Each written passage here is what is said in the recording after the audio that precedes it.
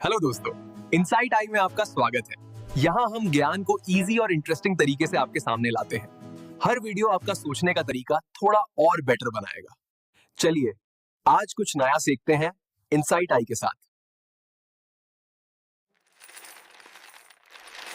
1760s में Bengal famine, corruption और company का अनकंट्रोल्ड मनी पावर देखकर ब्रिटिश पार्लियामेंट ने कंपनी को रेगुलेट करने का फैसला किया। इसलिए 1773 का रेगुलेटिंग एक्ट पास हुआ। मैं हूं वॉरेन हेस्टिंग्स, बंगाल का गवर्नर। रेगुलेटिंग एक्ट के बाद मुझे एक नई जिम्मेदारी मिली। मैं भारत का पहला गवर्नर जनरल बना। मेरी मदद के लिए एक 4 सदस्यों की एग्जीक्यूटिव काउंसिल बनाई गई, लेकिन फैसला मेरा नहीं, हम सबका मिलकर होता था। मैं मद्रास का गवर्नर हूं।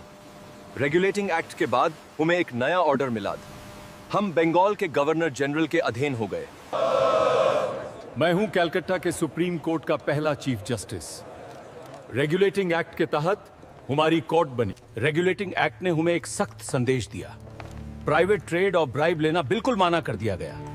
अब सरकार की नजर हम पर थी। ब्रिटिश सरकार ने हम पर भी कंट्रोल बढ़ाया। अब पार्लियामेंट को रिपोर्ट देना जरूरी हो गया और कंपनी के काम का पूरा हिसाब देना पड़ा। रेगुलेटिंग एक्ट 1773 ने पहली बार ब्रिटिश सरकार को भारत की व्यवस्था में सीधा भूमिका दी। रेगुलेटिंग एक्ट 1773 के बाद ब्रिटिश सरकार को एक बात समझ आई, कानून और प्रशासन के बीच कई उलझाने रह गई। इस एक्ट ने एक बड़ा बदलाव किया।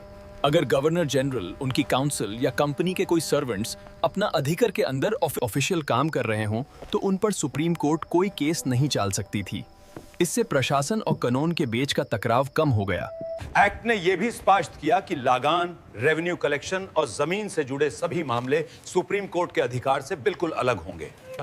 सुप्रीम कोर्ट का कंट्रोल कलकत्ता के सभी लोगों पर था, लेकिन अमेंडिंग एक्ट 1781 का एक बाद एक नया नियम बना।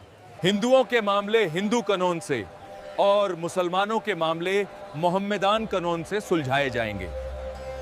प्रोविंशियल कोर्ट से अपील अब सुप्रीम कोर्ट में नहीं जाती थी। अब सभी अपील्स का फैसला गवर्नर जनरल इन काउंसिल करता था। इससे न्याय की प्रक्रिया और भी सीधी हो गई।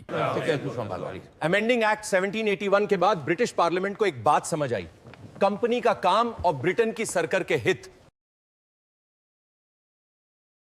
इस एक्ट ने कंपनी के कमर्शियल और पॉलिटिकल फंक्शंस को अलग अलग कर दिया, जिससे गवर्नेंस ज्यादा क्लियर हो गई। कमर्शियल अफेयर्स का कंट्रोल कोर्ट ऑफ डायरेक्टर्स को दिया गया, जबकि पॉलिटिकल अफेयर्स को मैनेज करने के लिए बोर्ड ऑफ कंट्रोल बनाया गया। इससे डबल गवर्नमेंट का सिस्टम बना। बोर्ड ऑफ कंट्रोल को अधिकार दिया गया कि वह सिविल और मिलिट्री गवर्नेंस को सुपरवाइज करे और इंडिया के ब्रिटिश पोजेशंस की रेवेन्यू एक्टिविटीज को डायरेक्ट करे। इस एक्ट के बाद पहली बार कंपनी की टेरिटरीज को ब्रिटिश पोजेशंस इन इंडिया कहा गया और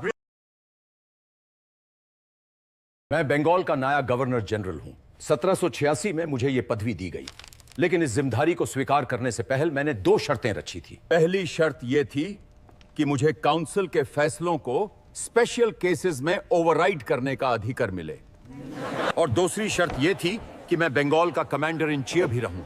इन दोनों शर्तों के आधार पर ही मैंने गवर्नर जनरल का पद स्वीकार किया। ब्रिटिश ईस्ट इंडिया कंपनी का इंडिया ट्रेड पर जो मोनोपोली थी, उसे 20 साल के लिए और एक्सटेंड कर दिया गया। इसका मतलब था कि पूरा व्यापार अब भी उनके ही कब्जे में रहेगा। कंपनी के ऑफिसर्स, गवर्नर जनरल और जजेस की सैलरीज अब इंडिया के रेवेन्यू से दी जाएंगी। इससे ब्रिटिश ट्रेजरी पर काफी लोड कम हो गया। कब है 1793 का चार्टर एक्ट ब्रिटिश राज के लिए एक और महत्वपूर्ण मोड़ था।